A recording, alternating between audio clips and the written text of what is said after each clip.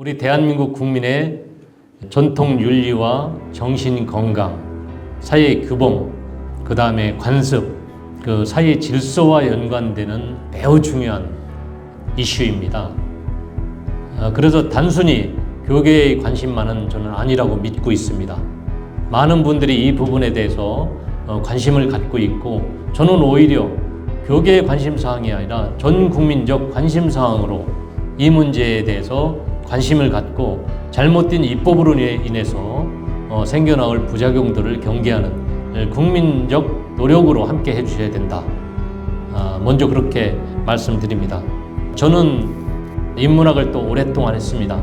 정책 분석으로 행정학 박사를 하고 정책 전문가이지만 저는 정책보다 더 중요한 것은 인간에 대한 사랑, 인간에 대한 이해, 사회 구조에 대한 명쾌한 철학, 이런 것들이 바탕이 되지 않으면 저는 어떠한 정치학, 어떠한 정책학, 행정학도 사상두각이라고 저는 생각합니다. 그래서 저의 정신적 철학의 토대는 자유정신입니다. 이게 보편적 가치이기 때문에 그렇습니다. 저는 지금 교계에서 관심을 갖고 계신 이 모든 부분에 있어서 한 사람 한 사람의 인권에 있어서 가장 중요한 것은 자유의 이름으로 자유를 침해해서는 안 된다는 것입니다. 그리고 사회적 관습과 규범과 질서 속에서 정리되어 나가고 통용될 수 있는 것들을 법률로를 정함으로써 강제해서는 안 된다고 생각합니다. 제 철학은 그렇습니다. 세계 모든 나라들은 사회 질서를 법률로만 규정하지 않습니다. 법률로 다스리는 나라들은 성문법 나라고요. 법률이 아닌 사회 관습과 규범, 규칙, 조리, 질서를 통해서 운영하는 국가는 불문법 국가입니다. 가장 전통을 존중하면서 가장 안정된 사회 중에 하나입니다. 자, 그만큼 사회 관습과 사회 통념 자체가 사회 질서를 유지하는 데 중요한 역할을 해오고 있다는 겁니다. 그럼 어떤 차별금지법을 만들려고 하면 사회적으로 실질적인 차별이 존재하고 명확하게 드러나고 있는가? 아니면 그게 스스로 사회 질서 속에서 순화되어서 A급 문화와 B급 문화로 서로 자연적으로 정리되고 용인되고 또 보호되는가? 이런 부분을 잘 살펴야 된다고 생각합니다. 모든 것들을 법률로, 조례로 국가가 인간의 활동을 규제하려고 드는 것 자체를 저는 반대합니다. 인간의 행위는 위대한 창조주의 질서 속에서 만들어졌다고 생각합니다. 그게 사회 속에 투영된 게 창조주의 질서 의지 또는 창조 의지가 사회 속에 투영된 게 저는 관습이라고 생각합니다. 사회 규범이라고 생각합니다. 그게 사회 통념이라고 생각합니다.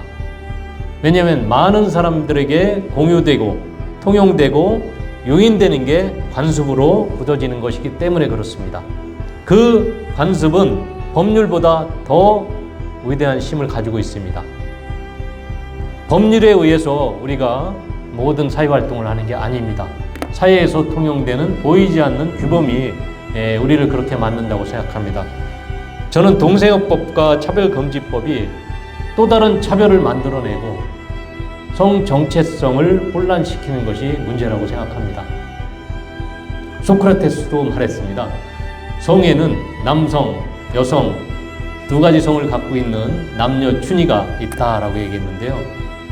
저는 남녀의 구분은 생산 능력, 즉 번식 능력을 갖고 있는 성이 바로 여성이고 그 상대에게 또 번식 능력을 교합시켜 줄 수 있는 또 다른 성이 남성이라고 생각합니다. 이 성은 생물학적 성은 인간과 식물, 동물 사이에서도 똑같이 이 양성적 원리에 따라서 모든 것들이 만들어지고 또 번성하고 계승된다고 믿고 있습니다. 그래서 이러한 질서에 위반되는 인위적인 법률적 강제는 저는 조례가 되었든 법률이 되었든 반대합니다. 우리 지금 헌법과 개별 법령에는 개별의 차별 행위를 못하도록 다양한 법률로 규정하고 있습니다. 그런데 지금 이 차별금지법 또는 이런 법들은 포괄적으로 적용된다는 데 문제가 있습니다. 그래서 종교의 자유, 양심의 자유로 오히려 억압할 소지가 있습니다. 그래서 저는 어떠한 다른 현상에 대해서 자신이 반대하는 의견을 내는 것을 혐오나 차별이다라고 규정하는 것은 잘못된다. 양심에 따라서 또는 철학적 소신에 따라서 이러한 부분은 나하고는 다르다라는 생각을 표현하는 것 자체를 막는다면 양심의 자유, 표현의 자유를 억압하는 것이 됩니다. 네, 여기까지만 듣겠습니다. 감사합니다. 네.